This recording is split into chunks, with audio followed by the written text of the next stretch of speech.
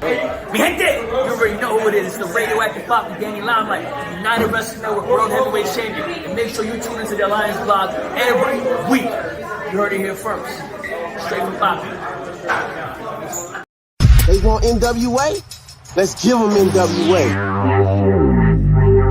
Who are those guys? And then there's the other guys. We're the other guys.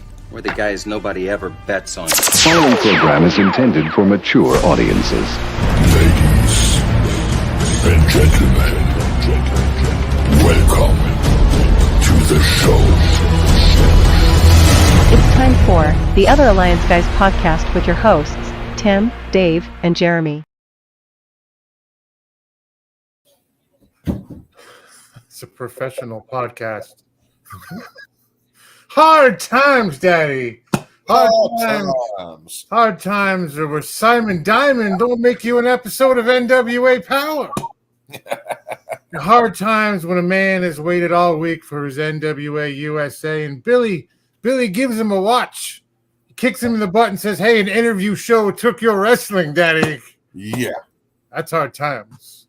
But we don't look like the athletes of the day. Our bellies are a little too big. Our heinies are a little too big. But we are bad, and you can tell by the way that I've started the show just how bad we are. My name is Tim.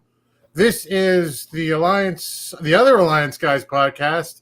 I am joined by Dave, Scooby, and the man who wants to know pro wrestling tees. Where's my Reno Scum t-shirt? It's Jeremy. How are you guys today? I'm doing well. Doing well. Very good. Where are we? Wow, we didn't have any wrestling this week from the National Wrestling Alliance, guys. It was dead air as far as actual wrestling goes. But we did get some content. We'll have some stuff to talk about today. Let's acknowledge the chat here first. Sam Retro is here. What is up to you, my friend? Thank you for dropping in. Lamb. Hard times for NWA fam until January 31st when NWA Power returns. And Willie Bowen, Niagara Falls is where Tyrus goes to take a shower. Rusty Loudermilk wants to be a guest on this show. Sure, we can arrange that. But yeah, drop us a DM. Any one of us three, we'll get you on the show. Yep.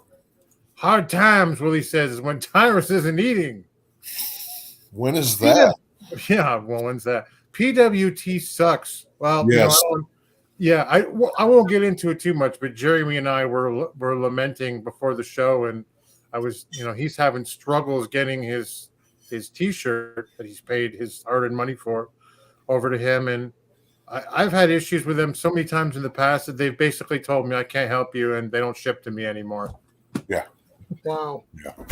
Yeah. Anyway. They have like I was telling Tim, I only mess with them if it's something that I can't get through other means. Yeah. Hard times is when Billy books the NWA. Ain't that the truth? Not doing much. Well, he's not doing much.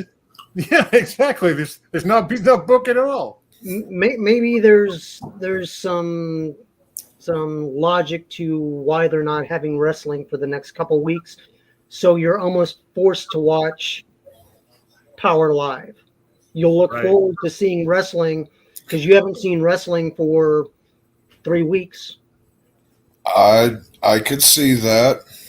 It's the absence makes the heart grow fonder phenomenon, I guess. Well, hopefully.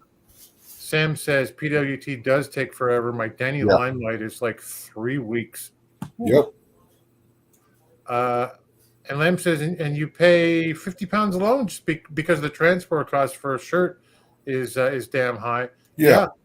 You do. And here as well in Canada, it's no different. I mean, I don't mind paying it. They have great quality shirts. Yeah.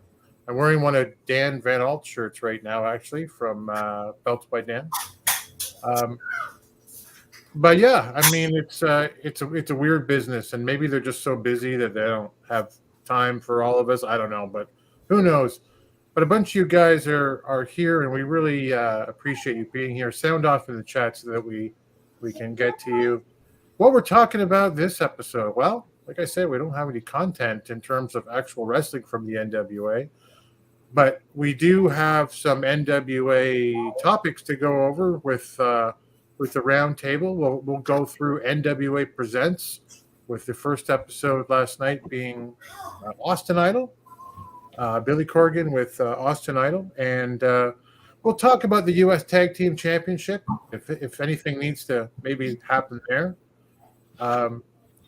We're gonna put Dave on the spot and ask him to tell us about Major League Wrestling, which I know very little about, and what a show feels like since we attended one recently.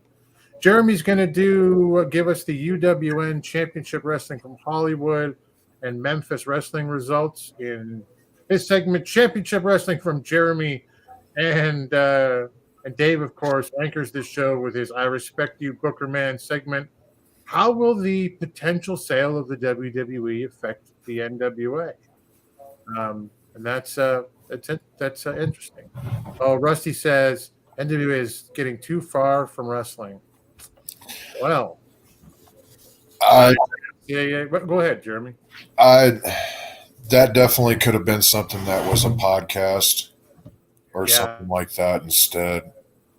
It was nice. I did enjoy hearing Idol's stories, and it was nice to hear him just kind of be chill and laid back and just shooting the breeze, But I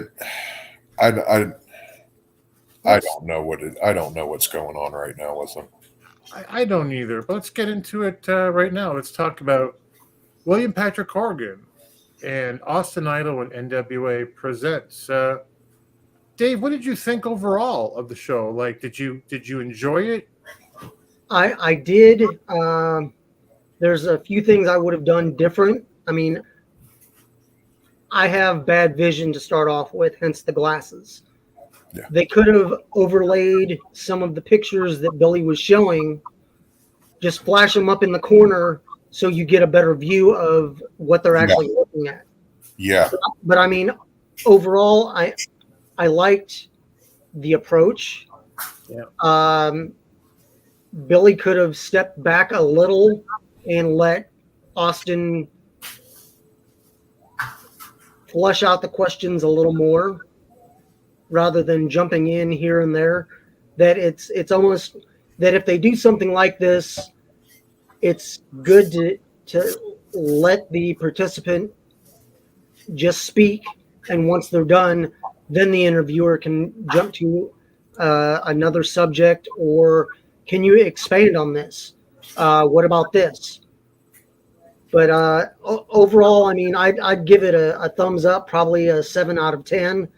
Yeah. It would have gotten higher if they would have been able to show us the photos a little better. Yeah. If they could have. Same thing. You're right in front of the giant screen. Yeah. Couldn't you have just highlight that, zoom in on it? Yeah. But overall, thumbs up. I enjoyed it. Or just superimpose it on the screen. Here's what Billy's holding up, like in a corner. Because even I can see fine for distance, and I could barely see what the old photos were. Mm-hmm. Hey, Jeremy, I know you're generally a pretty positive guy, but what was the bad and the ugly for you out of the show last night? My complaints were in line with Dave's as far as the production value. You could have imposed those on the back screen and just left them sitting there while Austin was talking about it. It felt very much like a Neil deGrasse Tyson video. I don't know if you've ever watched any of his. He just sits there waiting to say something. Right. Instead that it always feels like he's waiting to answer instead of absorbing what's being spoken before. And that's kind of how it felt last night. But in the same instance, it was kind of nice to see Billy kind of be a mark a little bit. We got to see him mark out a little bit. He's sitting across from a legend, and he was kind of like a little kid. I need to ask you this because it's in my brain right now, and if I don't do it, I'm going to forget it because I'm going to have another question to ask in 2 seconds. Right. So that was kind of cool. And I I give it a 7 out of 10. You know, I don't think that they should have used it as a placeholder for lack of powers, but overall, I enjoyed the concept of it and what it can be. That was it for me too. Was it good enough to replace wrestling? No. I would have, we mentioned last week, maybe they could have done a best of 2022, right? Yeah. And put 3 or 4 of the best matches, or at least the most impactful matches, like, this year at Hard Times, Tyrus became world's heavyweight champion. Here's that match in its entirety, or whatever. That would have been great. I would have watched that. I can't remember who it was in the Discord, but someone said that they could have taken the NWA Presents and ran it with clips in between of matches. And that would have been perfect to do a 2022 recap and just spread it out over these next coming weeks. Yeah. And like I said, it's not good enough to replace actual wrestling, but I really liked what you guys liked as well. And we're all aligned, I think, on what it is, but especially with the pictures, that was bang on. Yeah. I thought that was something that could have been done better, but I really liked the unedited feel as well. Yeah. Like, I don't know if it wasn't edited, but it didn't feel edited. And I mean, that there's always little spots where that kind of pulls out when, like, Billy's trying to get the photos out of the sleeves. You're like, but I really liked Austin Idol's approach too, when, and I'm paraphrasing, WPC said, like, and you came up with Austin Idol, but before that you were born. He made up some name, and Austin was like, okay, whatever. Or Billy was, okay, whatever. And Austin's like, no, Michael McCord. I'm Michael McCord. Yeah. And never did his excitement's at a fever pitch bit. Like, it just didn't become annoying. And in fact, there was one part where I went into the Discord in Alliance. I love this. Was when he said, I came up with his name. It just came to me, and I thought blonde hair, and I'll just be loud. And he said, I built this ridiculousness. So it's just, I don't know why, but in the same way, it's cool to see at the Champion Series with Tyrus leaning over and talking to Mechlewolf or whatever in the background, just that stepping out of character just for a moment, and seeing that here with Austin Idol just being a human being. My only other takeaway from it that I thought might have been a bit better was this felt like a part 1 to me, like for Austin. Like, they just touched on the beginning of his career, and the plane crash and all of that stuff. And he no-sold that. Yeah. He completely no-sold that plane crash. Even in the chats, people were like, bro, he just no-sold the plane crash. Yeah. I wondered if it's something that affected him so deeply that maybe he had to. I don't know. I mean, to this day, he does not fly. He drives everywhere. Yeah. There you go. He did say he was out of wrestling for a year, right? Mm-hmm. Yeah, and the plane crash, and then the deal with his legs, I think it was. Right. He took both of those as a sign. I don't need to be doing this anymore. Yeah. And got away from it. But, like, for me, I just turned 52 this past December. So, but for me, Mike, so like my Austin, I was talking about 1975, and I was in this match. Unless it's December, I'm 4, and that stuff's cool. And a lot of guys I know who are friends of ours, and maybe even some, I guess probably you too, Jeremy. You're not even born yet when this stuff is going on, right? Right. And the rest of us too young to know anything about it. Like, Austin Idol for me was when I'd pick up an After Mag, and I'd see, like, Austin Idol's in a scaffold match, and I'd be like, what?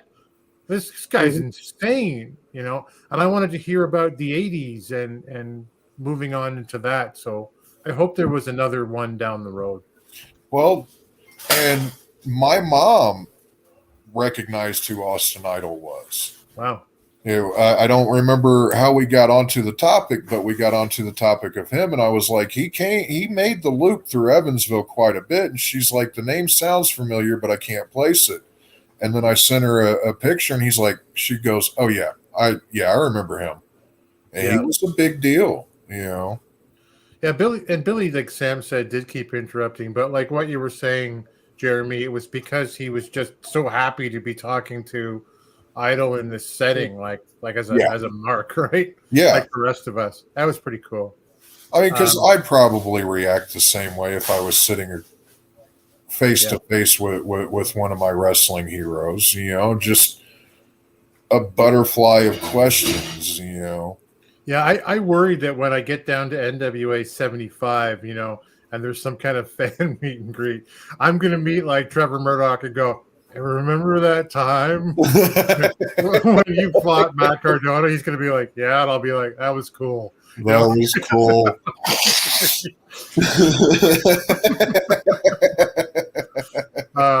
Anyway, we'll see how that goes. Though Rusty says NWA is getting too far from wrestling. That could be, but they got to fill content right now. For whatever reason, that was you know what was going on. I meant to put at this the one end up. of the day, I'd rather have some sort of content out from them than nothing at all, like we got through the pandemic. The Carney Land, like you were saying last time. Yeah.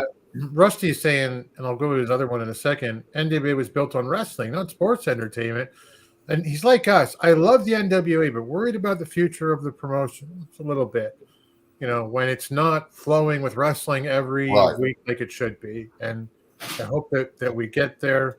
Willie wants us to know that if it's not NWA or United Wrestling Network or Impact, then it's not pro wrestling. Guys, I don't watch Impact. Is Billy their champ now? Billy Ray, Billy. Is Billy Ray the Impact champion now? No, Josh Alexander is, but this Friday they have Hard to Kill in. I'm trying to think. It's either in like Florida or no, it's in Atlanta at Center Stage. Okay, I asked because I saw a face-to-face shot and it looked like Bully was holding the Impact title up, and I thought it was still Josh Alexander with the belt. So it is, and I mean, as much as I'd like to see Bully hold another Impact title, I think they're just he's a name. Yeah. Right. That whoever beats him, Josh Alexander is known, but to have beaten Bully Ray, and then if they keep bringing in a couple others, it just pushes them up the ladder. Right. I love professional wrestling, but I love a guy that can go out there and wrestle a good collegiate-looking style match. And my good Lord, that man is fantastic at it. He is a thrill to watch. Wow, maybe I got to get into it. I don't have enough hours in the day, but I got to maybe watch more stuff. But Lamb says, Dave, he can't wait to hear you talk about MLW because Mac versus Fatu from the last episode was fire. Oh yeah. So I look forward to that too, and you know, advancing my own wrestling knowledge beyond what I watch. Really wanted to hear Austin talk about his feud with Ric Flair. Yeah, that would have been phenomenal. Well, and hopefully, you know, like you alluded to, hopefully there's a part 2 of this, and we get more. Talk about that and things, you know. Maybe it's because Austin's so like in your face and just argumentative all the time when he's in the booth that I don't know. He was so gracious at times to Billy that it just wow, he's a human being. Yeah. You're starting to become endearing to me. Stop. Yeah.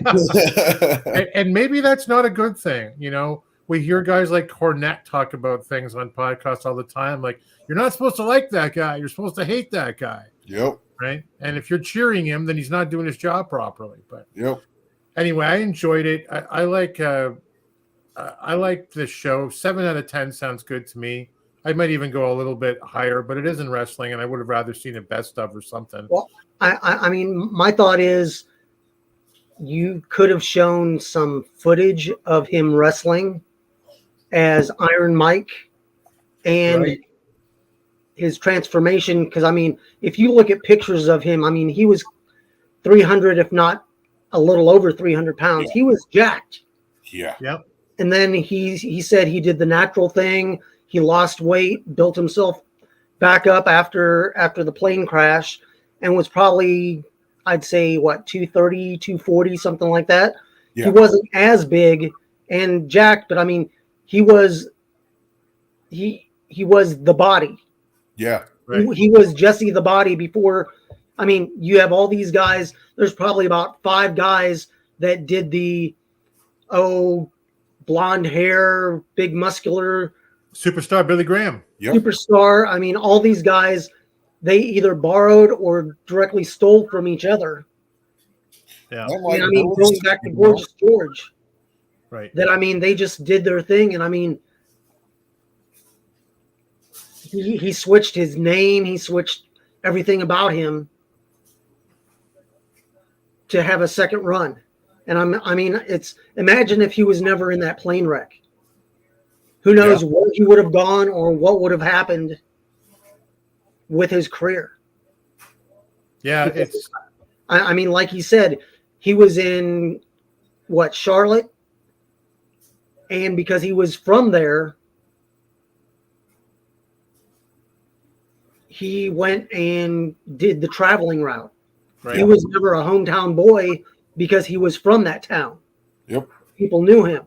So he got all his experience outside doing the regular rotation. And I mean, for me, it's hard to imagine as a wrestler to be wrestling 4 or 5 times, if not 6 and 7 times a week. Yeah.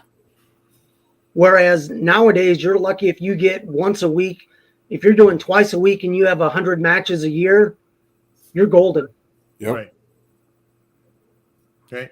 I recently watched one of those interviews with Ric Flair, who, by the way, I'm going to say at this point in my life, I think I've seen enough Ric Flair, and I love Ric Flair. Yeah. But I think I'm done talking about him for a while. But you know, he said one of his problems is that he feels he's so critical to other people, is that he feels like he put in that 6-7 days a week for years and years and years, and everyone else should work as hard as he did. And I guess I get that philosophy, you know. Yeah. But it's just not the reality anymore. Rusty met him in the 80s in Charlotte. Nice guy. Yeah.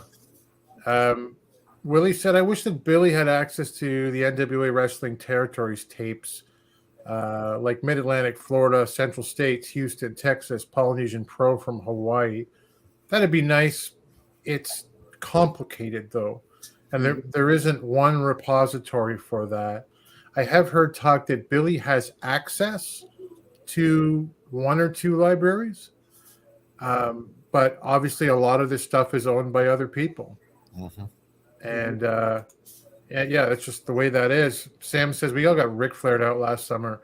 We really did, and I don't regret in the end. It was a last-minute decision for me. I'm going to buy Ric Flair's last match. Terrible match, but the card was good. Yeah, I don't regret it.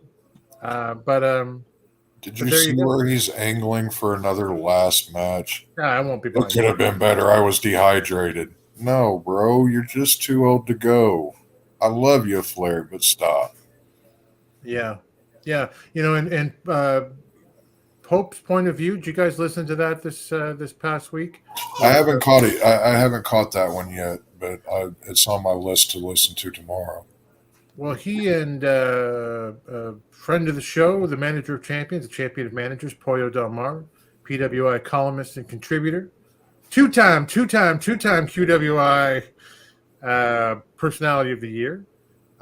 Anyway, they spoke about very respectfully but critically of Flair during this time. It's really worth a listen. It's really great. And when I'm tired, I don't know how we got onto Ric Flair. That's my fault. But what it is for me is, what they were talking about, how in his documentary, his most recent documentary, was saying, yeah, I did 35 days in rehab. I walked out and I bought a 6-pack across the street. I don't care. That's me. I'm Ric Flair. I just thought, how disrespectful is that to yourself and your family and everybody else, quite frankly, who's watching this, who might have had an addiction problem at one point, right? Yeah. So I don't know. I'm just kind of done talking about him right now. So I'm going to be done talking about him right now. Yeah, that card did make up for the main event in his particular last match. WPC has access to Houston. Yeah, thank you for pointing that out. I honestly couldn't remember which one he has access to, but there you go. Well, I mean, it was what it was, and we'll see what comes in the after and during the Power Live taping. Let's talk about the U.S. Tag Team Championship in the NWA. And so the fixers, of course, Wrecking Ball Legursky and the boss, Jay Bradley, maybe Captain Jay Bradley, if he's going to still go by yeah. Are your U.S. Tag Team Champions. Are the fixers still over, Dave? They're over, just not as over as they used to be. It's almost like a retread in that they're there, but they're not doing anything with them, and what they are doing with them, it's not catching fire. Yeah. Right. Yeah. The Nerf guns. Maybe that was when Fonzie skied over the shark for me. Yep. I just okay. How many times have they defended those titles? I only know of the what are we calling them now? The adequates. The spectaculars. Have they defended against anyone else? Country Gentlemen yet? I know they're going to, but I don't believe so. And I've heard both on the Discord and just in social media with the championship series that's putting all the champions, they're not defending their titles. So, I mean, the next time Tyrus is defending his title, unless they do it sometime before the live Power, will be at Nuff Said, and that'll be 3 months after he won the title. Yeah. So, I mean, come on.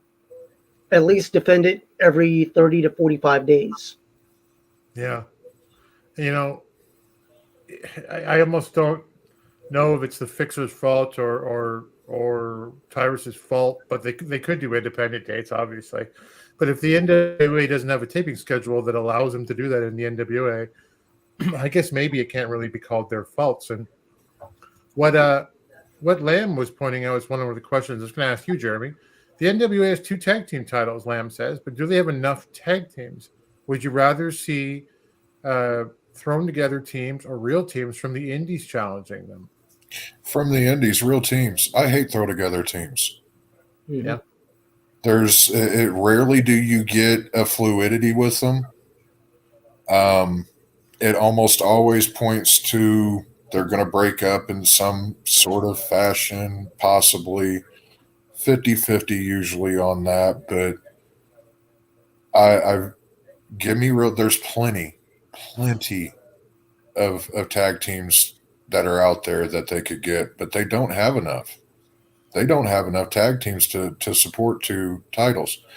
As my last question points out to, how many times have they defended those titles? Once that we can think of. Right. Mm-hmm.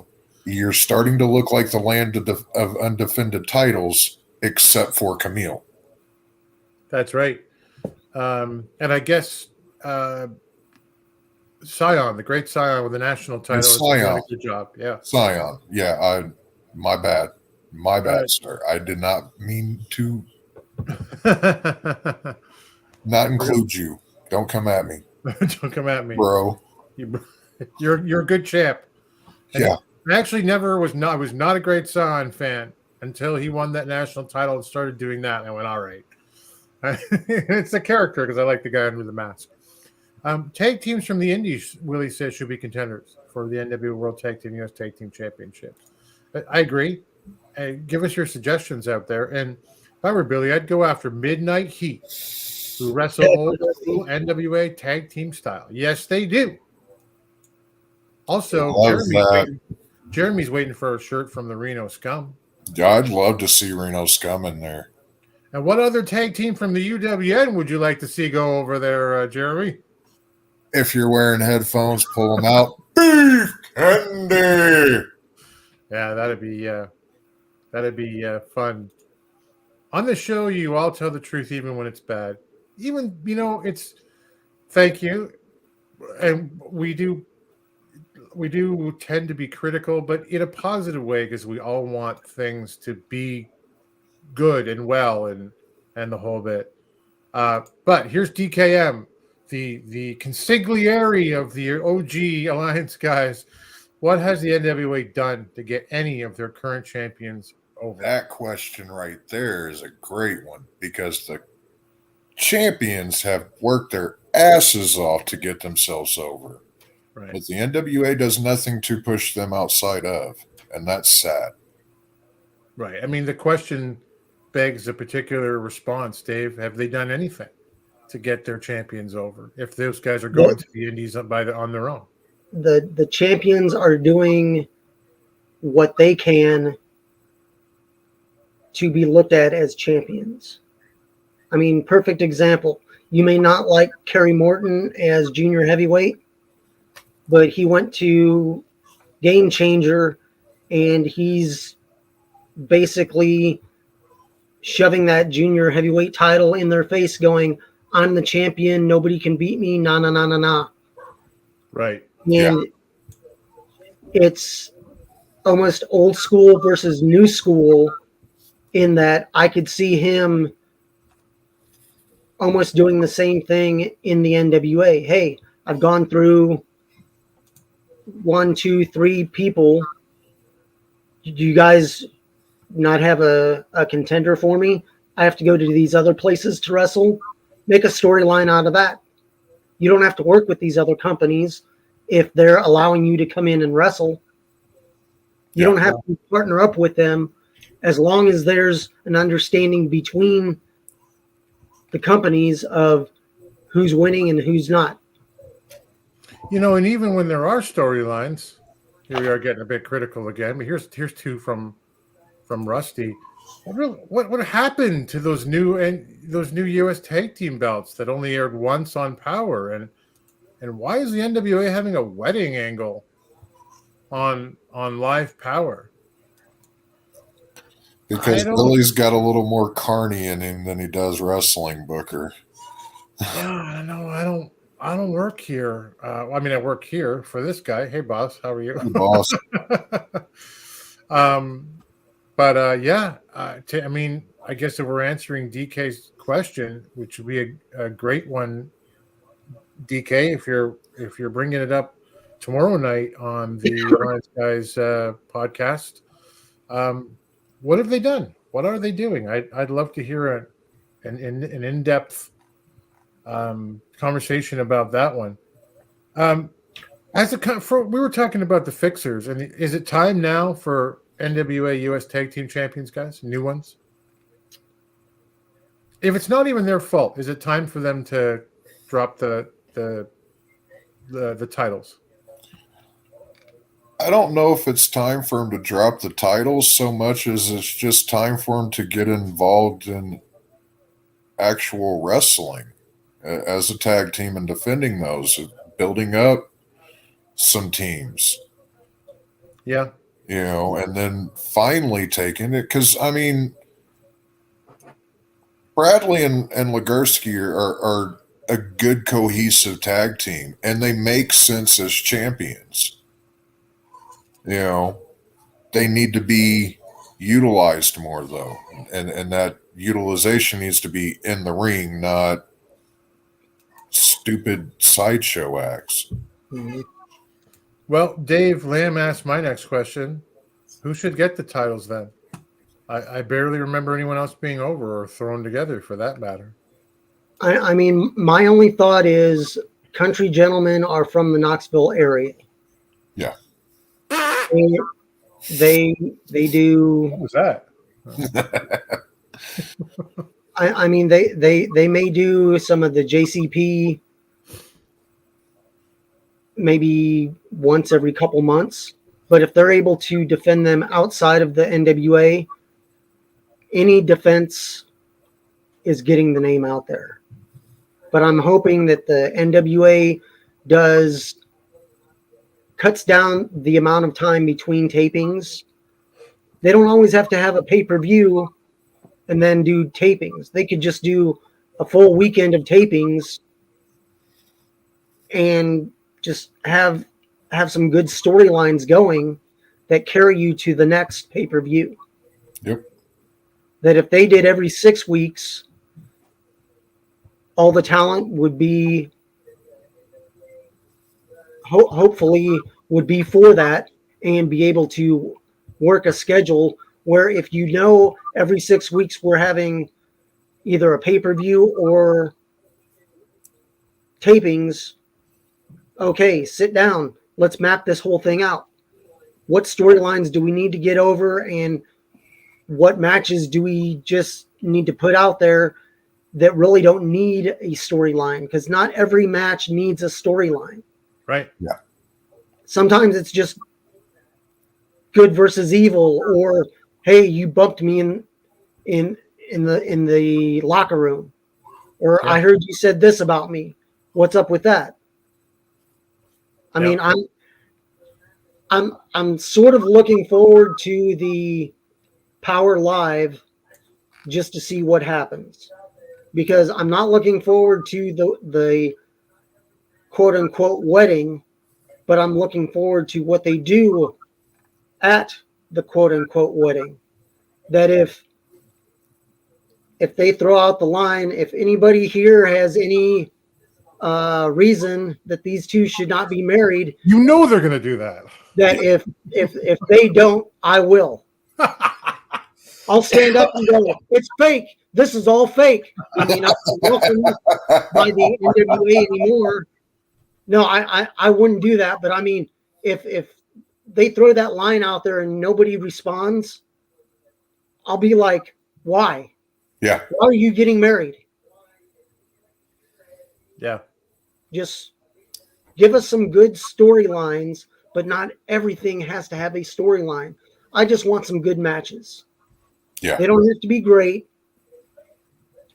But when your champions are going outside of your organization to defend their belts,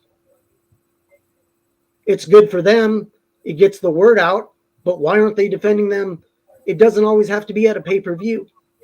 Yeah. Right. I'd love to see La Rebellion defend the belts on a Power. Why not?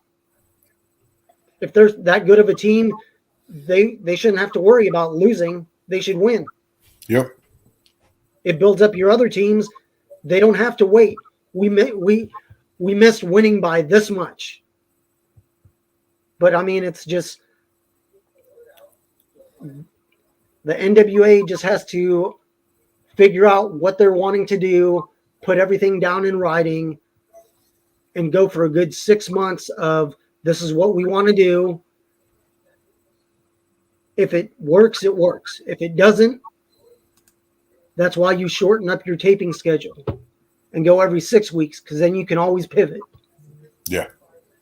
Well, when it comes to the wedding angle, here's where I think it's going, guys. Although, keep in mind, I've been divorced before. They get married, and then May, once they get divorced, gets Carnage and Casey Rocks in the separation agreement. What do you think? Oh God. But not Damage. He gets to keep Damage. Anyway, the Country Gentleman, Willie says, would be a good tag team to take those belts. Jason likes the Country Gentleman. They feel so very regional to me. I don't know. They've never quite done it for me. But to that taping schedule, Dave, Lamb says tape monthly, not every 3 months. And if the NWA wants to be the same level as Impact and MLW, they have to go the monthly way. Mm-hmm. And I think we kind of heard some rumors about something about that happening in the near future, but I don't have anything solid to. Here we go. Dave turns heel on NWA Live Power would make news. So Yep. it's just evil Scooby just suddenly turns on us. And I just want to address a comment that Willie had made a couple moments back about Rhett Titus and Crimweather. Why would you want to do that to Rhett Titus, Willie? No. Just keep Crimweather in the back. Let him do whatever it is he does back there. Keep that man off of the screen, please. Just my opinion, by the way. My opinions are strictly my own and are not the views of the Alliance blog or anyone associated with the Alliance blog. Yes, they are. They are the views.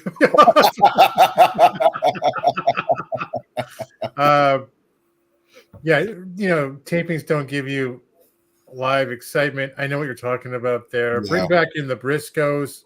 Yeah. It's the cat.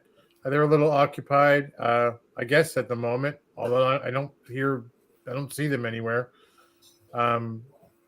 What have I missed here in the chat? The wedding angle line says it'll take 10 to 20 minutes of the live episode. If the episode's only an hour, this will be bad. Yeah, not if anything happens, this will be bad. It was just straight up with a second half. This will be bad. Yep. It will not be good. The country gentleman, Sam, says they are a regional NWA Dam, a regional promotion right now. Yeah. Yeah. Why don't you like Crimson, Jeremy? Oh, God. Speak about 10 minutes. Well, I'm going to go refreshing up my coffee while Jeremy explains his hatred for Anthony Mayweather. He is a black hole of charisma. He is vacuous and void of anything that resembles a personality. His hair looks ridiculous. He is ridiculous. Fight me, Crimweather. Wow, you and Willie are going to have to tag up in a thrown together tag team for Tyrus and Crimweather. Yeah, Jay Bradley could object kicking off Fixers versus BFT. What am I missing there? Explain that one to me. I'll come back to it. Yeah.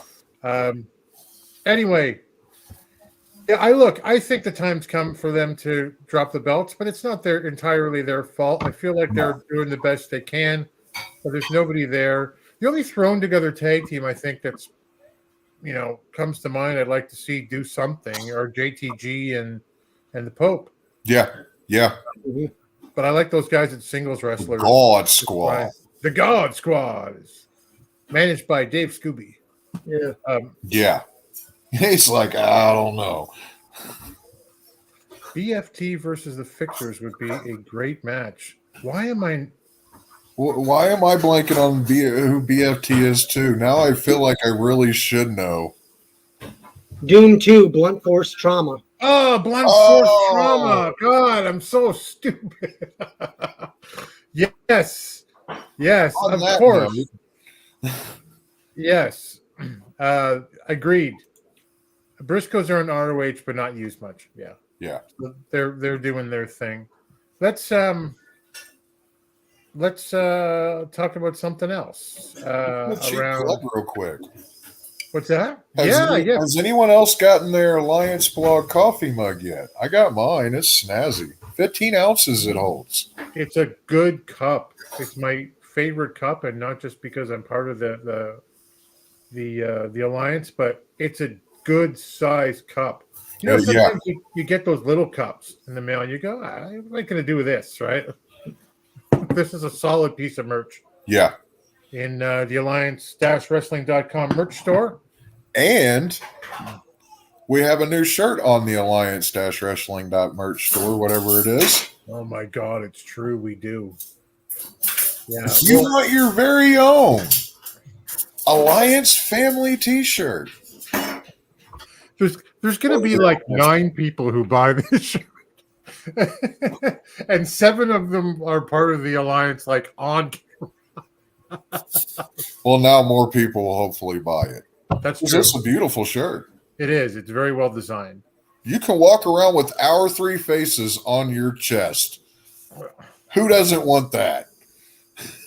Yeah, it's you look. DKM is on this shirt. Okay, if that doesn't sell it for you right now, I don't know what's wrong with you. You guys looked at it? Is there like a face for Jaden behind the Alliance bird? Like, is it just blocking entirely? Because that's funny. I'll have to look at it more closely, but yeah. Hey, Sam says my Alliance shirt came in the mail today. That's Nice.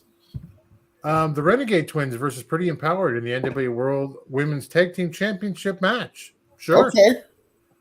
Didn't I just see them somewhere else in the this last week though? Weren't they? Did they do a AEW dark match or something like that? I believe so. Yeah. Yeah, they're pretty good. Okay, listen. Let's talk about how about that MLW? I only know it peripherally, and I want to be sold on it the way that Jeremy sold me on the United Wrestling Network. Dave, this is something that you recently went to a live show, and we're not looking for spoilers if that's the way they tape or anything. But so for those of us, guys like me, who are, we know of it, but we don't watch it, what's MLW all about? What's the feel, and who are the champs there? When does it? The best way I could describe it is if you like going to a buffet so you can get a little taste of everything, you will probably like MLW. I myself, I've never really watched wrestling, and whether it be WWE, WWF back in the day, WCW, old NWA, even when Lucha or ECW was around, not everything hits. It's like your favorite band. You may get an album or a CD, or now just download their songs and go, oh, okay, hey, like Five Finger Death Punch. I like their sound, but not every song hits you the same. That if they put out 10 songs, you may like half of them. Yep. I've never been to a wrestling event or watched wrestling and liked 100% of everything I saw. Yeah. But MLW is that buffet. They have luchadors. They have big guys that just beat the hell out of each other. It brings back the past. They have right now the Samoan SWAT team with Jacob Fatu, Lance, and Juicy. Yep. Now these guys, I mean, if you've watched any Samoan wrestler, that's what you get. Some of them are in shape. Some of them, their shape is round. But they just go. Yeah. MLW has had the Von Erichs wrestle. Right. But, love those guys. But MLW, like I said, it's a buffet. They have some luchadors. They have hardcore matches here and there.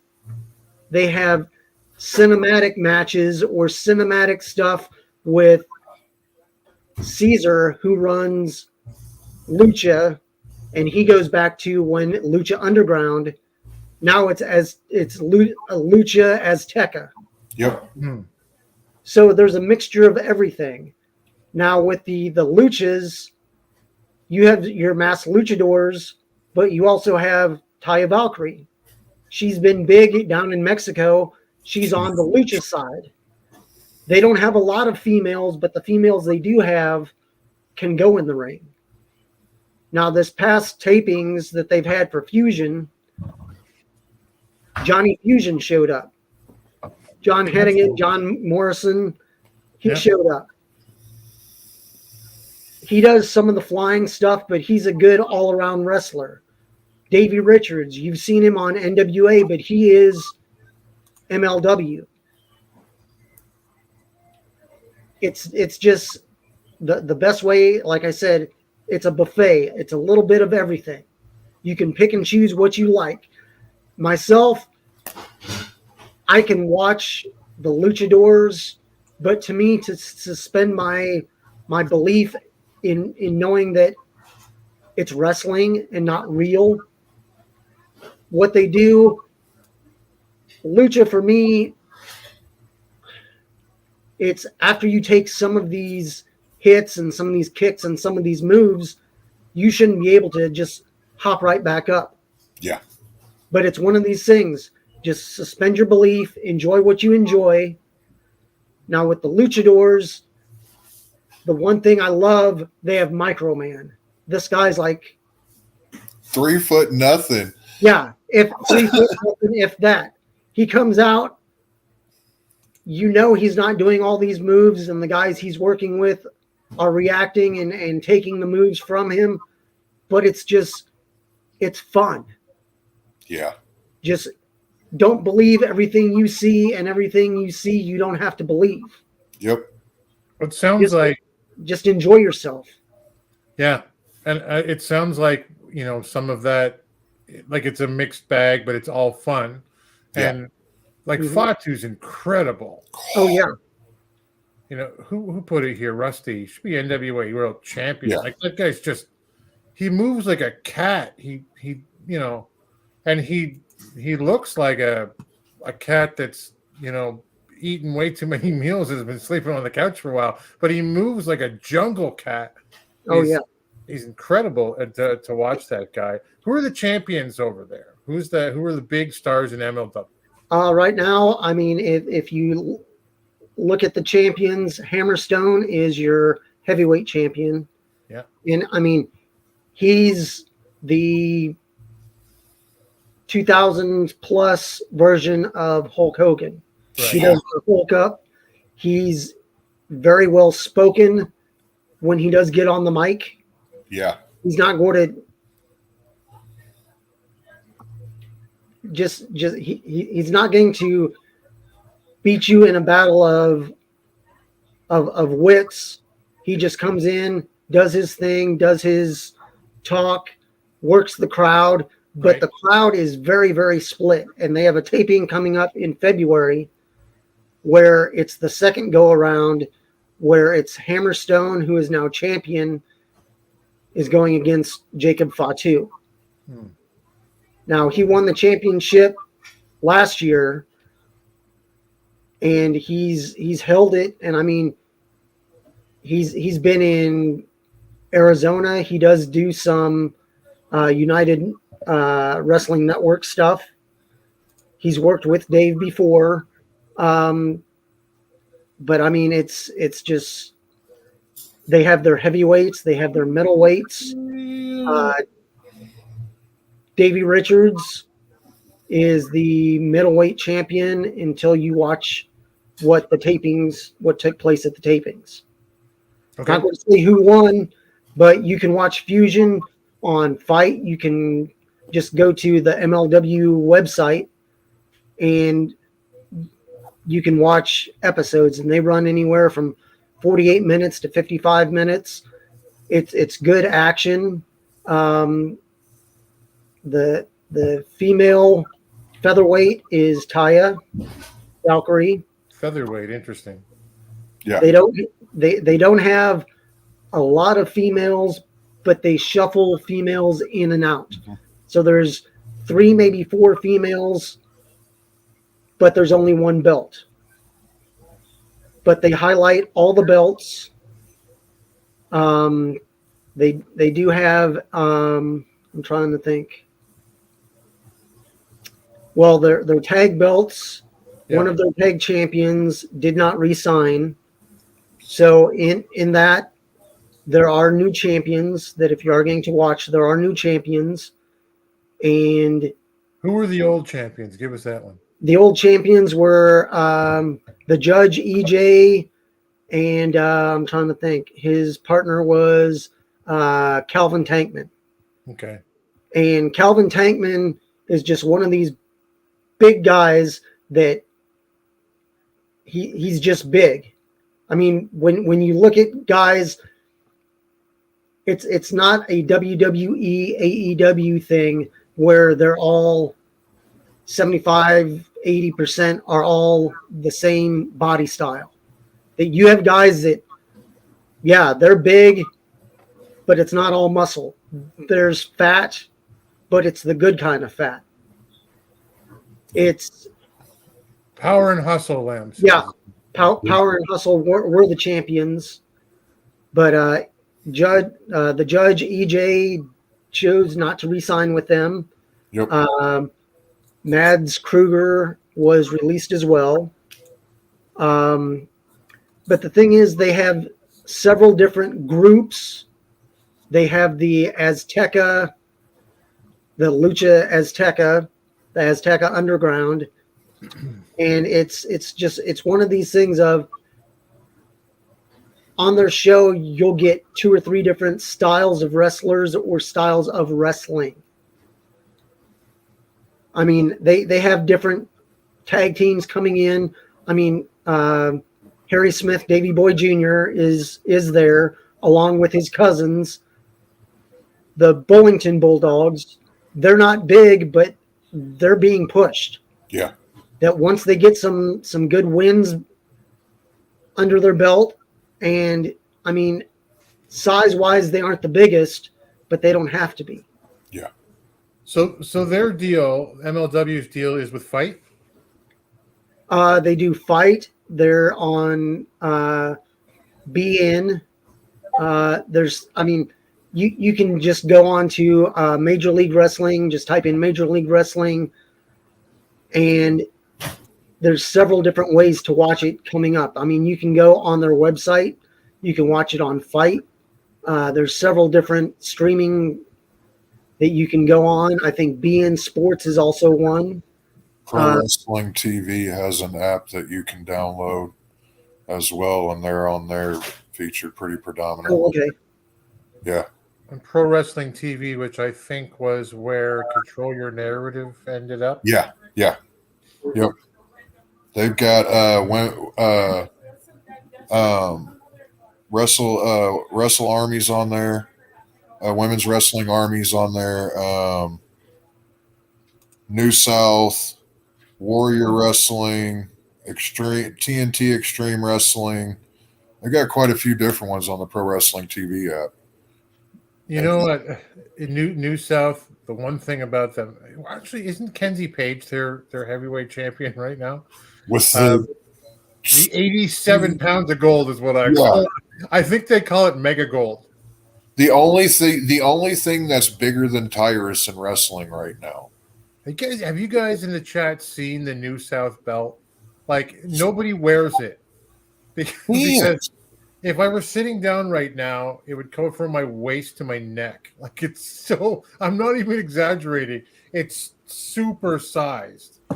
It's twice as big as Big Gold. It's ridiculous, and I gotta tell you, I love it. I don't know why. I do too, because it's so ridiculous. It's like bowling shoes. Yeah. Listen, CYN, Rusty says, is awful. I maintain there's something to CYN. It's just shouldn't be a promotion. It should just be like a philosophy of EC3, I think. Yeah. And I think that like a cult, that would be fine if we're presented properly, but it isn't. It should be like a TMDK, the Mighty Don't Kneel. Just kind of couple different guys in different promotions, just pushing their narrative. Right. Yeah. And I mean, that's great. Dave, you would go to another MLW show again. Have you been at them before?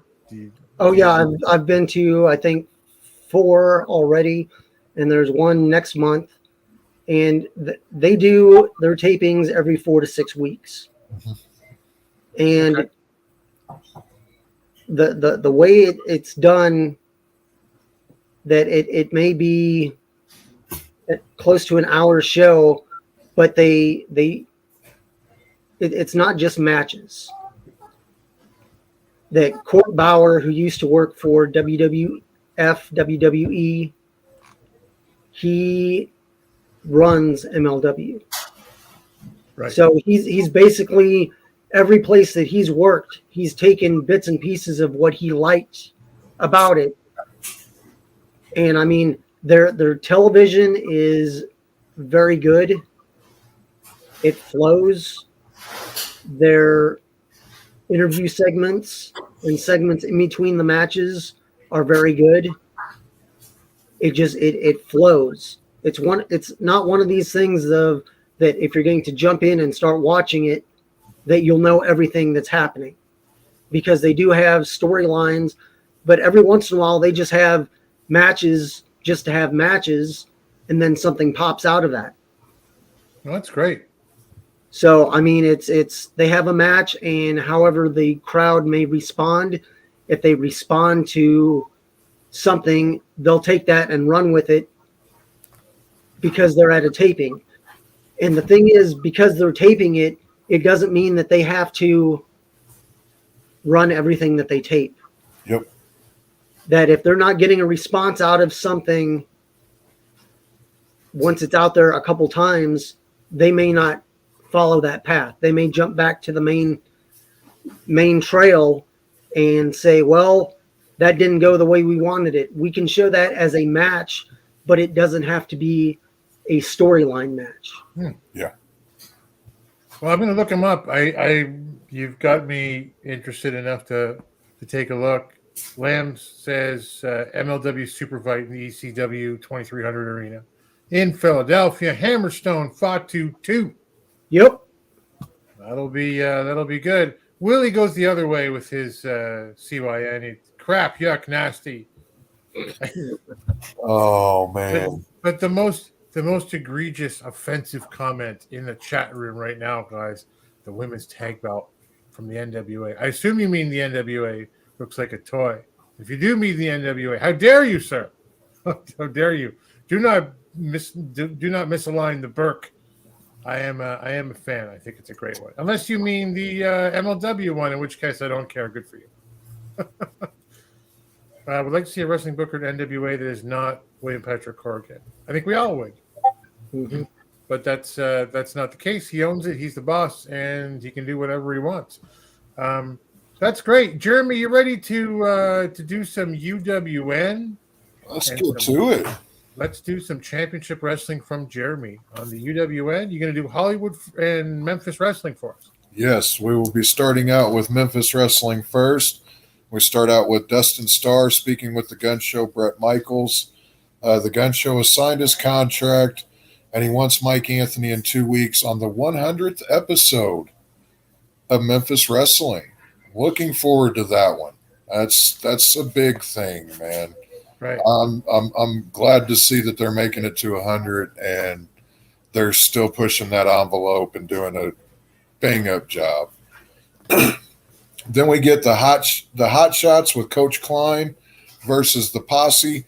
I don't remember if this was a match for the titles or not, but it wasn't really that much of a match anyways. Ray Collins is now with the hot shots, and all I can say is wow. I jokingly call them the hot shits. I don't think I can say that anymore. Ray Collins was one of the standouts from the Wrestle Center 2022 call-ups.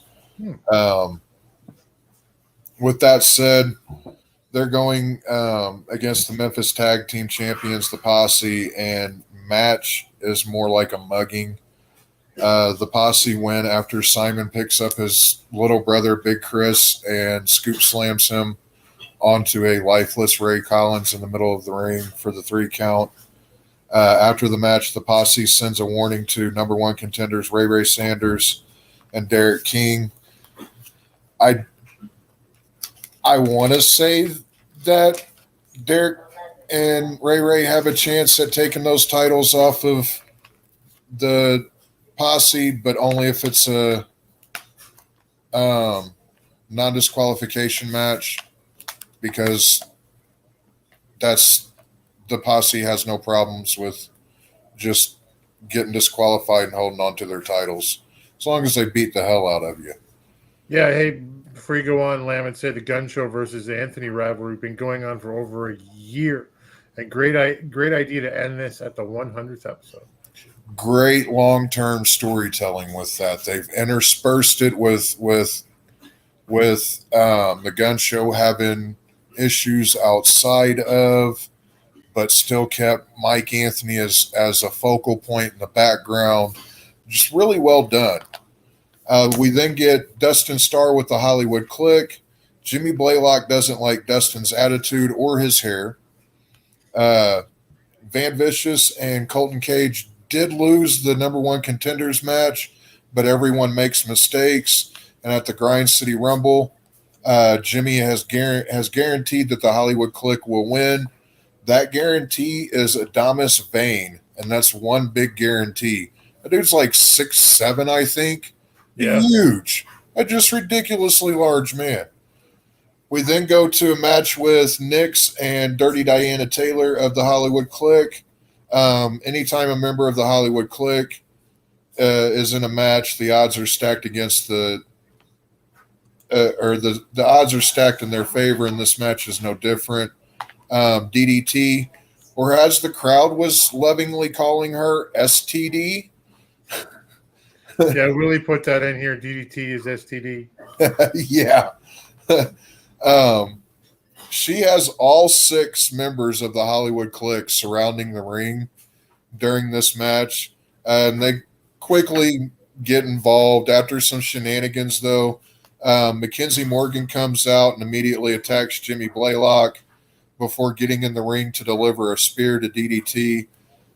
This gives DDT the DQ victory, but Nyx wasn't upset by it at all. Everyone suspected that DDT was the reason that Mackenzie got taken out in the Memphis Trios tournament. Then we get a Road to the Grind City Rumble match. This match has Kay Toomer, Big Ben Bishop, Kid Wrestling, Matt Williams, the LA Hustlers, Brother Bruce, and Storybook Prince Gaston. And before I go on, that video with Kay Toomer that you posted in the Discord, yeah. I love that dude. Man can talk. Can't he, though? Yeah. Kid Wrestling gets the first elimination on a distracted Matt Williams. He gets distracted because Austin Lane, the best of the best, comes out, and that's another year-longish story that they've been working out as well. I think we're going to finally get to see a one-on-one match with some stipulations possibly between Austin Lane and Matt Williams at the Grind City Rumble. I'm hoping anyways. But after that, there's a rapid fire of eliminations, and the last 2 men standing are Big Ben Bishop and Kay Toomer. That is until Prince Gaston is caught hiding, I believe, under the ring apron where he had been the entire time. The guys that have been eliminated then acted as lumberjacks, kind of, and tossed him in, which he was then almost promptly javelined out of the ring over the top rope into the waiting crowd. Then this leads to Kay Toomer and Big Ben Bishop going at each other for a couple of moments. And then Big Ben goes to deliver a big boot, but Toomer ducks out of the way and pulls the top rope down, and that makes Big Ben's leg get hung up over the top rope, and Kay Toomer delivers a very well-placed super kick to knock him out and finish him off. That was a fun match. And the Big Ben, I didn't see what Big Ben would be someone for William Patrick Corgan. He's another guy that's just ridiculously tall. I think he's 7 foot, or he's 6'12". That's right, 6'12", 15 tons.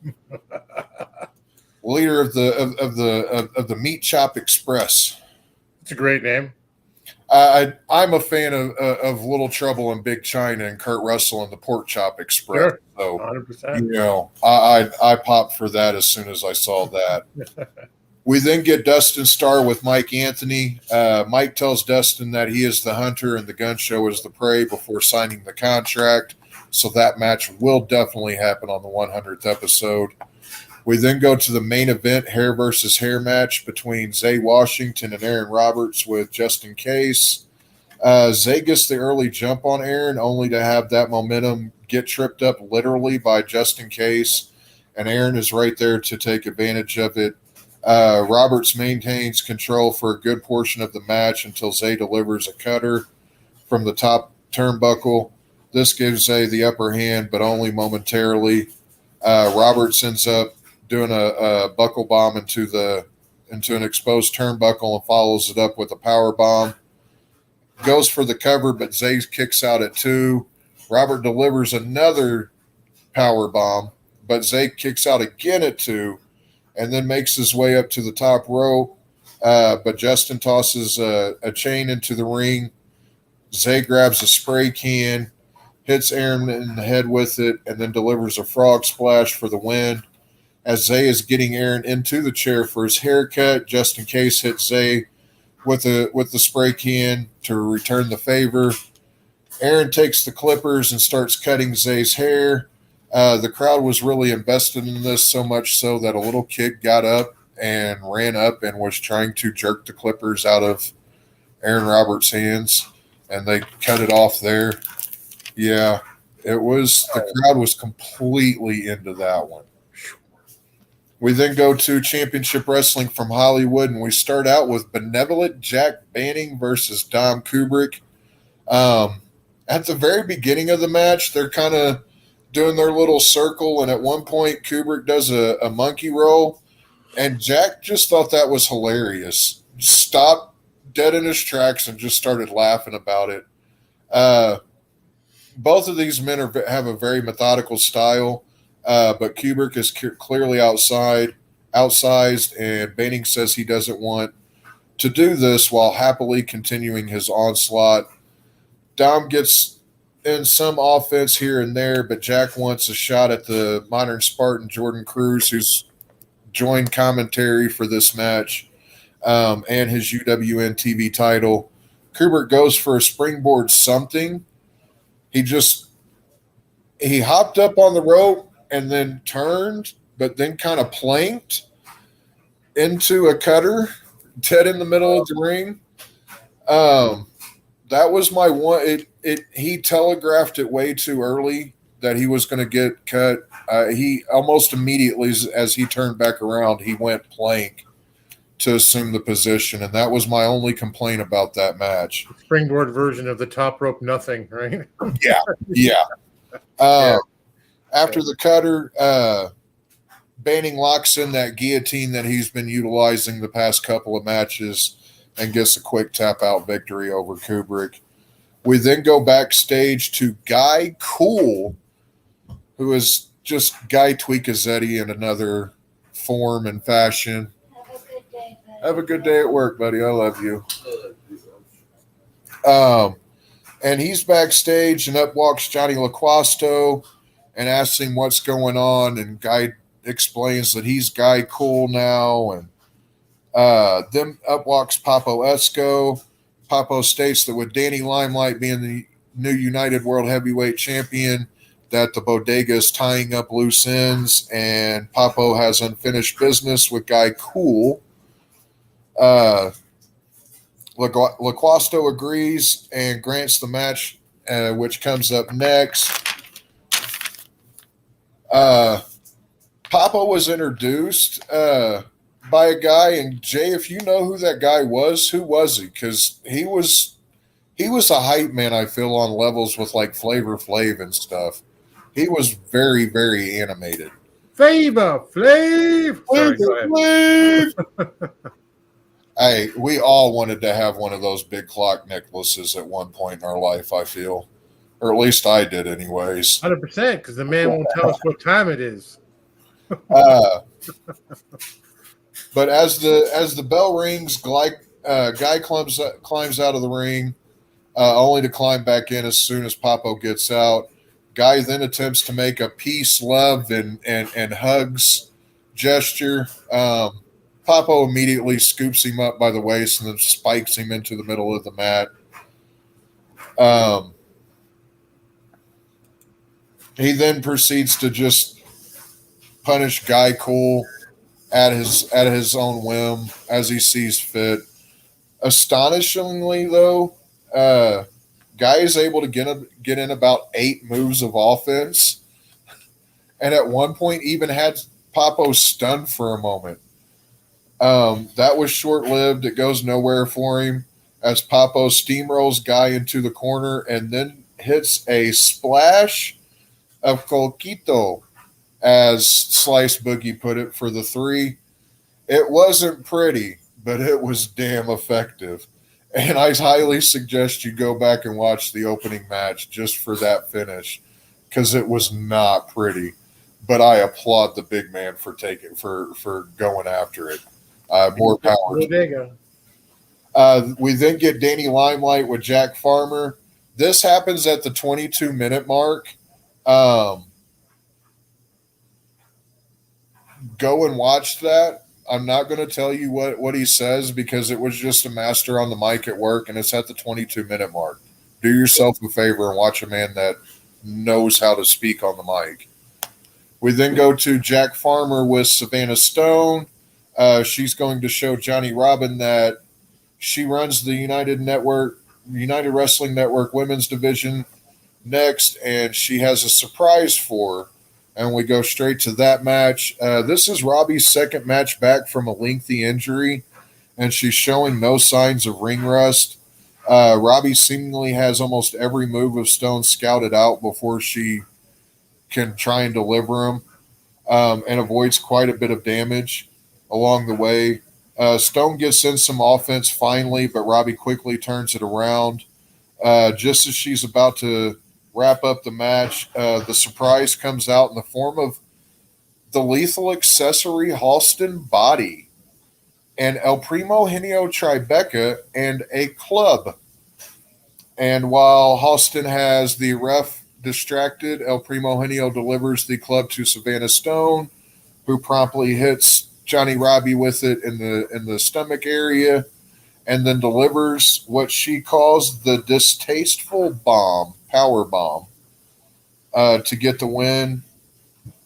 I now find myself asking, what is Halston Body building towards? Because he seemingly has a murderer's row of UWN talent right now at his beckoning call, and continues to pick them up along the way. We then get Johnny LaQuasto with some major announcements for the Red Carpet Rumble. Pretty Peter Avalon will be facing R3 in a grudge match. Joey Janela, the American Wolf Davey Richards, Sean Dean, Alexander Hammerstone, Willie Mack, Bad Dude Tito, Ortiz, and Eddie Kingston will all be in action at the Red Carpet Rumble, with Jay's going to that. Yeah. Facing Danny Limelight for the UWN World Heavyweights title.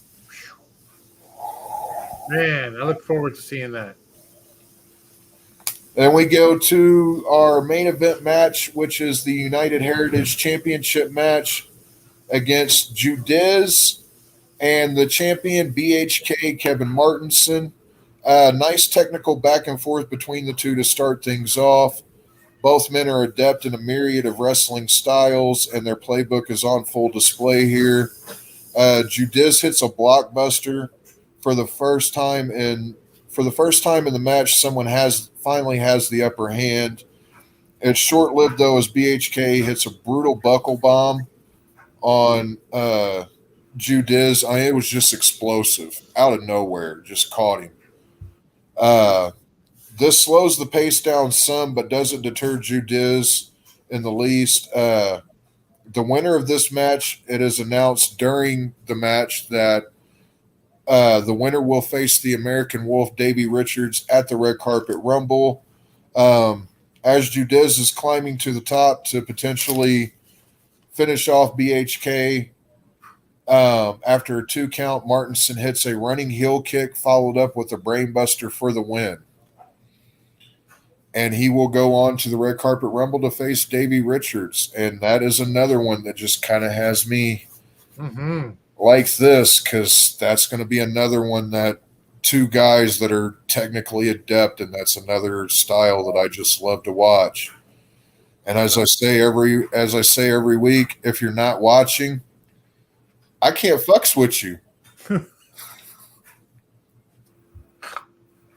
That was wait. I played it before the show. It's Jeremy's hot. And that is my UWN wrap up for the week. Excellent. Thank you, sir. Man, the red carpet rumble. Like, there's so much talent in that thing. And yeah, if I could go to one event right now, that's coming up, that would be it for me. Yep. Yeah. It's a lot closer to me than wherever the NWA is going to be. I feel. Yeah. Well, I feel that pain. But I don't know if I want to deal with California or not. Yeah. Well, I mean, that sounds like a fun place. I've been there once, but not to see wrestling. Appreciate that. Lam had said earlier, Willie had said Gun Show would be great in the NWA, and Papa Esco is a guy who he's openly said he would like to come to the NWA. Yep. Trevor Murdoch, right? Yeah. I would love to see that guy come in and terrorize the NWA roster. I'd love to see Slice Boogie come back to the NWA. Sure. Yeah. And, Jay has interviewed, it was just last year or late last year, Papa Esco, and we hope to see him succeed even further. Former UWN television champion. And that was a great interview too. Go to the Alliance Blog YouTube and track that one down because that was another good interview. Yeah, it was. Lem says maybe Kentucky is more near you. Hashtag stay tuned. Ooh. Kentucky is where I just moved from. I definitely don't want to go back there. It's Lamb's hot take. Hot take by Lamb. I guess it really wasn't a hot take, but it's an excuse to do the Flaming Elmo. I love that. That's awesome. What was I saying? Well, I'd love to see more Crockett in NWA. Crockett NWA, today's NWA. Yeah, me too. But I think, Mr. Scooby, that what we potentially might see more of is more WWE in today's MW, or at least tomorrow's NWA, as we move into the fantasy booking. So, hey, nothing's happening in the wrestling world right now. I mean, there isn't a sale of a $6.2 billion company, a company so big that apparently only two banks in America could handle it if it were to go through. And obviously, we're talking about the World Wrestling Entertainment and being for sale. And there was a false report early this morning that it was sold to a Saudi Arabian corporation or family, and then that quickly came back with a no, that's not the case. And unless nobody here is, I'm sure in this chat is living under a wrestling rock, even if you don't watch WWE. But Vince is back, and he came back as 81% of the executive shareholder group there. He just said, I'm coming back, and I'm bringing my two cronies with me as co-presidents, and 3 directors are out, and I will not approve a sale that I'm not the guy who negotiates it, no matter what it is. So he's back. And so let's, it is the hottest wrestling news right now worldwide is that potential sale. And Dave, you've thought up some possible scenarios here. What effect might the WWE sale, if it were to go through, have on the NWA in our little niche market? What are you thinking today? Well, it's probably not what a lot of people are expecting. That if it does go through, I'm not looking at it as, oh, there's going to be talent that doesn't want to work, or there's going to be talent that may not be able to work. I'm not sure what all goes into if the Saudis would buy them, if they would be a quote unquote silent partner, or they would just own it and let WWE run themselves. It's one of these things of, if you followed the WWE at all, when they've had stuff over in Saudi Arabia, they had to be very, very careful in having women on the show. Yep. And when they did have women on the show, how the women were dressed. Right. Now, a lot of them, I mean, Saudi Arabia is responsible for gas and oil nationwide, worldwide. So all these people that are saying, well, if the WWE is bought by Saudi Arabia, I'm not going to have anything to do with them. Well, directly or indirectly, the gas you buy, the clothes you buy, the food you eat, it's either, it may be from Russia, it may be from the United States, it may be from Saudi Arabia, it may be from Africa. Who knows where everything you deal with in your everyday life comes from. If you don't want to deal with the WWE, if a Saudi buyout does take place, that's fine. But you also have to look at, this is a company. It's not just sports entertainment. This is a company that has wrestlers, it has cameramen, it has backstage personnel, it has TV personnel, the wrestlers, Thousands of employees. thousands. And I mean, that's just, I mean, I'm talking about the WWE as they perform, not where, I don't even know if Titan Towers still exists, but wherever I believe it does, yeah. WWE has their headquarters in Connecticut, you have people that are janitors there, you have people that are highwigs there. It's one of these things that WWE just isn't wrestling. Right. It's wrestling / sports entertainment. I mean, they were into making movies a while ago. They do videos. They're into everything. Now, the way that the NWA would be affected by this, I'm not saying that, oh, there's going to be tons and tons of talent available. And, oh, we could pick up a couple pieces of talent here and there. Yes, there may be or there may not be.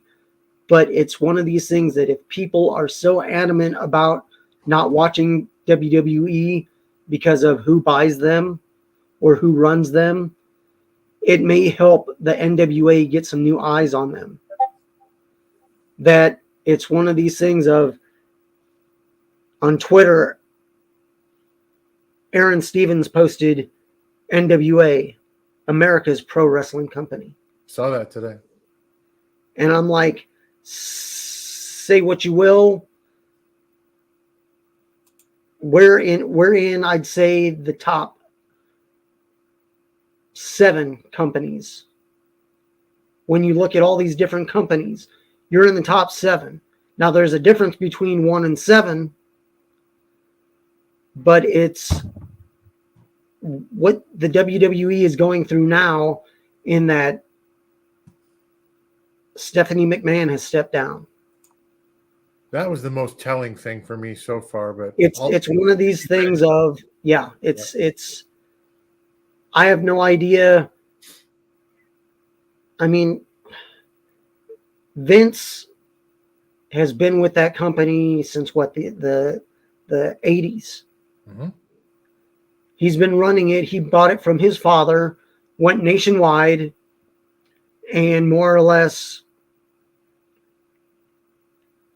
developed the WWF / WWE into something so big that the territories went away. There's been other companies that have gone out of business or have come out of the flames, done a Phoenix Rising, and TNA was born out of WCW shutting down. But nobody has really been able to compete head to head with the WWE. AEW has done a good job at attempting to,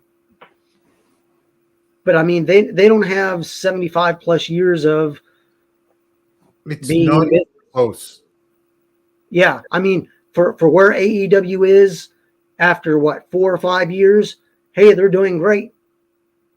But they have another 50 so years to catch up with where WWE is. Right. It's one of these things of the effect of a sale would only be, I mean, I don't think it would directly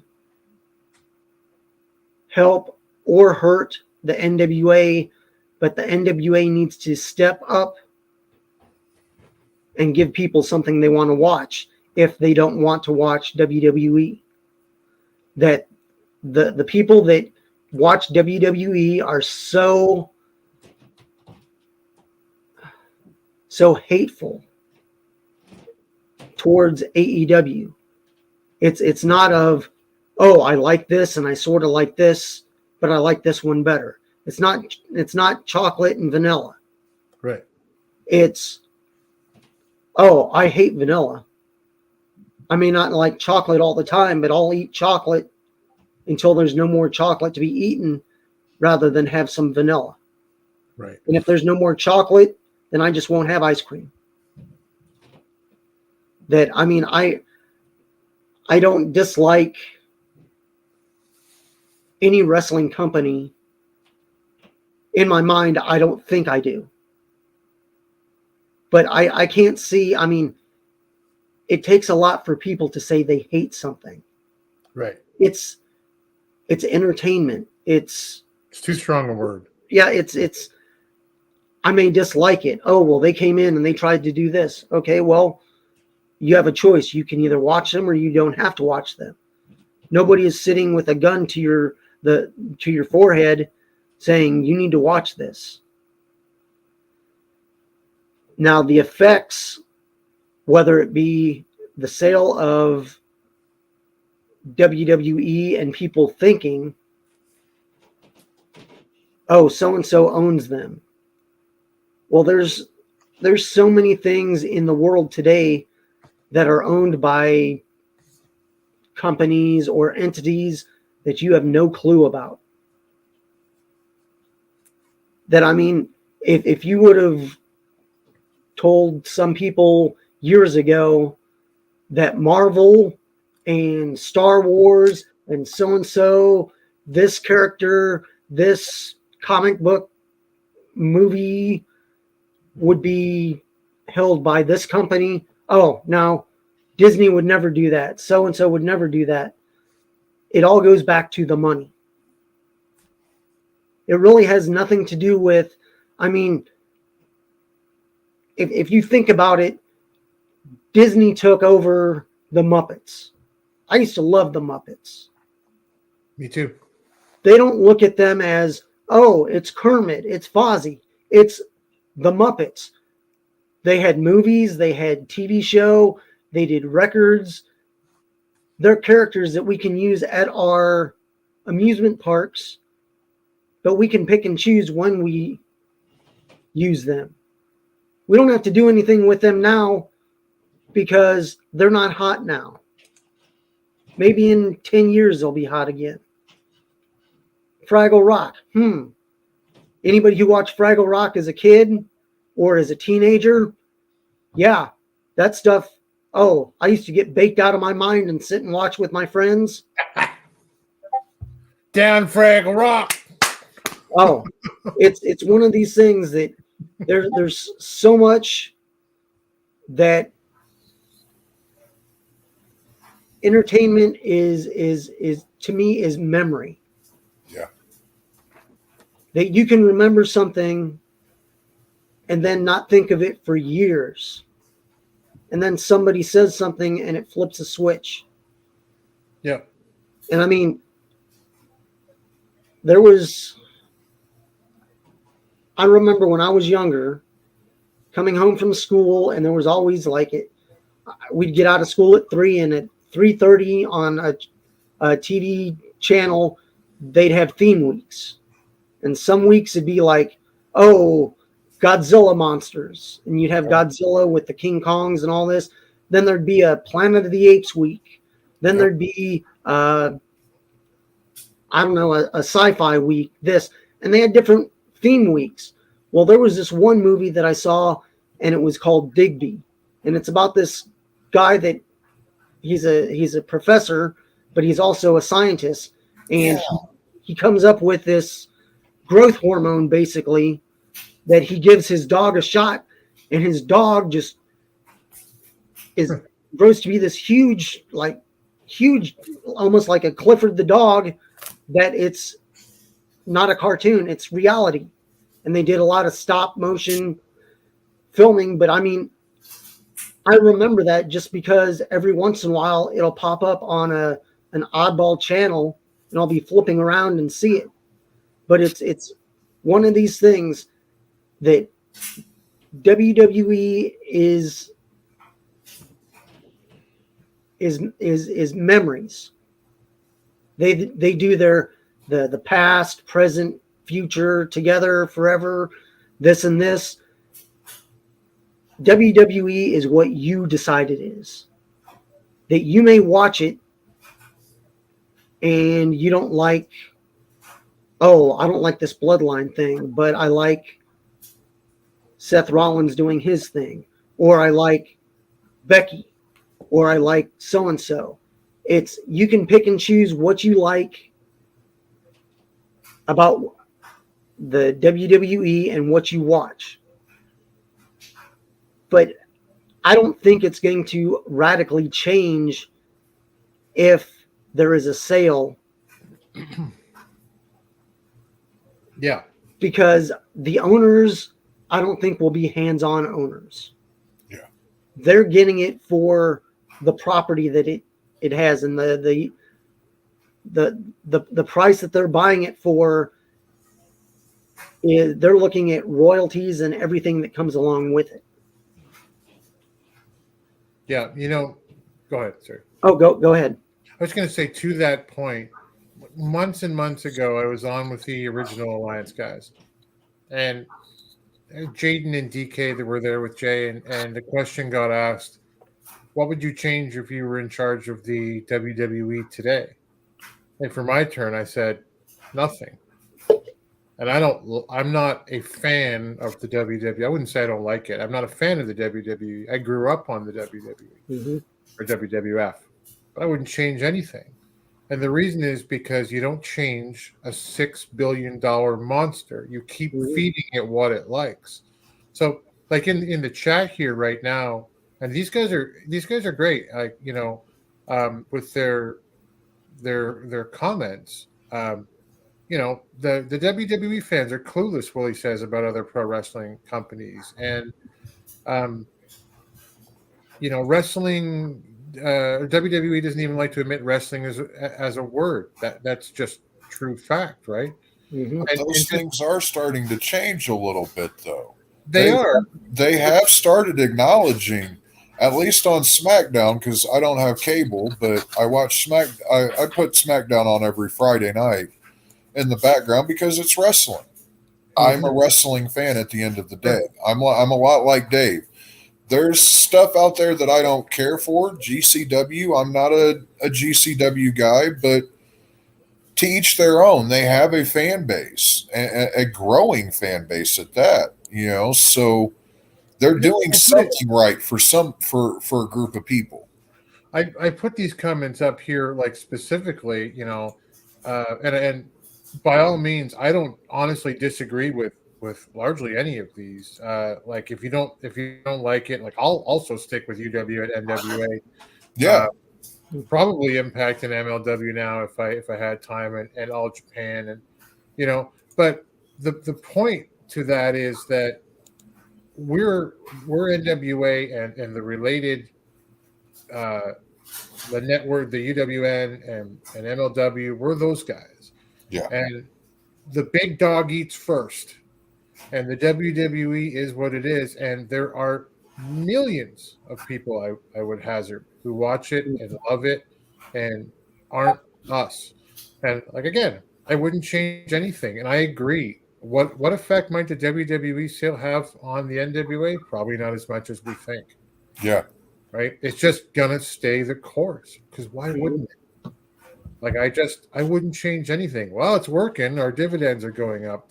The one thing that's difficult for me to palate about any sale of the WWE is not who it ends up with. As you point out, there's so many different, brands and products that we buy. Canada's no different than the U.S. than we buy from overseas, and that are owned by foreign corporations. It's not that disturbs me. It's because the current ownership of the WWE, honestly, their treatment of certain situations that have gone on in the media that I don't really want to get into now that I've opened my fat mouth, but with their ownership, their owner paying out $12 million for transgressions, and that he Weinsteined his way allegedly through a publicly traded company and some human beings' lives. Yeah. And how much worse could it possibly be? It's what happens in the fallout if there is a purchase. It's not the talent that can be great. The NWA will always have access to indie talent, and we've gone through a period where the WWE bought whoever they could buy. We're still here. Mm-hmm. It's what will happen if that new ownership decides they want to own everything else. Because there haven't been a WWE that was hands off, right? At Ohio Valley, they're like, sure, go do your thing. And then they came down and said, we want you to do things this way. And, ownership down there went, that's it for us. Like Cornette bailed out, and, Florida was the same. And all the little territories that they have bought along the way were the same. WCW, when it was bought by WWE, the very first night afterwards, Shane McMahon, boom, right there in Florida, I think it was, yep. Right? They couldn't leave it alone. They wanted to kill it, yep. Because it wasn't WWE. And I think the proof of that is how many times, I don't watch WWE, so maybe I'm wrong, but how many times have they said Adam Page, excuse me, God, 5-time NWA World's Heavyweight Champion, Adam Pearce. Thank you. Adam Pearce, brain farted myself there, who's a big and charismatic figure on their TV, or at least has been in the past year or so. He's a 5-time NWA World's Heavyweight Champion. How many times do they mention that? I bet the answer is 0. Yeah. And he'd totally be cool with that, because I think that's probably who he is. But they don't care. I don't think Triple H has the 10 pounds of gold hanging in or around or outside his office because he's a massive NWA fan. I think he's there because they like owning stuff, right? Mm-hmm. Anyway, lots of great comments there. There was one back here from Carlton. The NWA, we need the old territories. I say it a lot, but look at the landscape right now. NWA, MLW, Impact is your major promotions. You have Wildcat, Tried and True, and also indie federations.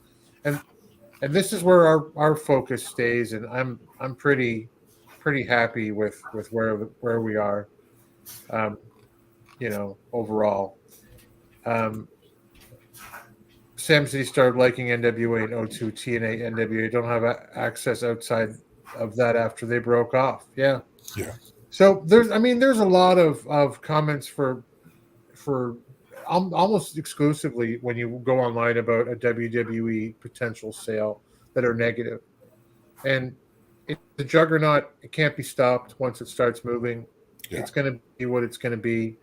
And again, I would just add to your comments, Dave, other than well said, is just how much worse in the current ownership they could be. Yeah. And at the risk of rambling even further, one last thing that I just kind of mentioned before. When Stephanie McMahon took her leave of absence, and look at, and I don't know anything. Nobody knows anything about what goes on in their lives. Right before that, or right as that Vince McMahon paid 12 or whatever it turned out to be $1 million to various women to step away from that. That's what it looked like to me. And then she came back when her dad was out. And as soon as she went, I'm out of here. I'm resigning. I went, uh-oh. Yep. Something big and bad's about to happen because she seems smart enough to separate herself from something she doesn't want to be a part of. Yep. So if that's the navigational beacon, then that probably is what it is. Dave, as always, smartest man in booking today. I thank you for your comments. Look, we didn't have any content this week, and we went 1 hour and 48 minutes. That's pretty good. If there had been a show, we would be here at the 4-hour mark. Anyway, I want to say thanks to you guys in the chat for joining us tonight as we call it a day. Where can we find you guys? It's written down below, but tell us where you are all over the place. Jeremy? Yeah. You can find me on Twitter at HJWOTS. That's the only place I am. I don't do the social medias very much. You're doing the YouTube soon, though, right? I do the YouTube. I will be doing the YouTube soon, yes. That is going to happen. Yes, very good. And Dave? They can find me at Dave Scooby on Twitter and Instagram. And I may actually watch AEW tonight to see if the rapper guys, the Rick Acclaimed. Ross? No, yeah. Action Bronson? No, the Acclaimed. That Max Caster, he raps to the ring, and I'm sure he'll have something witty to say about possible sale of WWE. So hopefully it's a decent show tonight. I haven't watched AEW in a couple weeks, so we'll see what happens. Hey, Sam, thanks for for putting us over. Yes, thank you, Sam. Jeremy, what's that Twitter? At HJWOTS. It's right there on the big red banner down below if you want to see that one. Jeremy's pretty active, and so is Dave. Where can I find Tim? God. Well, currently on Twitter, at NWA Gold _. I have been wringing my hands through the names that were to rename the NWA Gold brand. I'm taking the NWA out, still remaining NWA focus for the belts.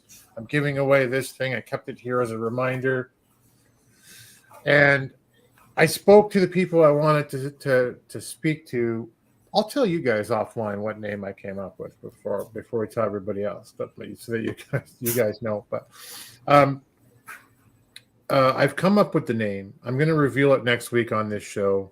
Nice. It's been so hard to change the name, just knowing I'm going to be using this name. And there's other things that you'll get as soon as you hear the name as to why it's probably been a little more difficult. But the name is selected. The winner is selected. I know who it is. There were multiple people. That's about the only clue I can give you, because people are asking me on Twitter, what are the names? What are the top 5? And I'm not going to do that. But there were 3 or 4 people, and just the guy who got it in first is the one who gets the on the belt. Is Tim on Facebook? He is. My last name is Wood. You can find me on Facebook if you like. I am there, but primarily I'm on Twitter at NWA Gold _ and I'm on Instagram at NWA Championships. Facebook is where all the bios currently are. And I do have a website, which is under construction. I'm going to get Will Martin to help me with this thing. I'm terrible at it. But he is at NWAGold.com, which I guess I'll have to change that now. So it's been a bit of a process. And I thank you for your patience, everybody. Join us again as the Alliance guys, the Alliance blog, Thursday, tomorrow night, 8 p.m. Eastern, 5 p.m. Pacific, for the Alliance Guys podcast with J-Cal, joined by Jaden and DKM, the originals who've been doing this thing since I was just a wee lad, I think, for decades now. They've been doing it. No, it's been like 12, 15 years, something crazy like that. So those three guys have been together. So that's amazing. And of course, the flagship show of the Alliance blog, Tuesdays at 5 p.m. Eastern, 2 p.m. Pacific, the hour before Power, the pre-party with J. Cal himself, the boss of this whole thing. We thank you for your time. Yes. And your chat and all of your comments and Jeremy's hot takes. It has been Hot take of the week. Sable was fugly.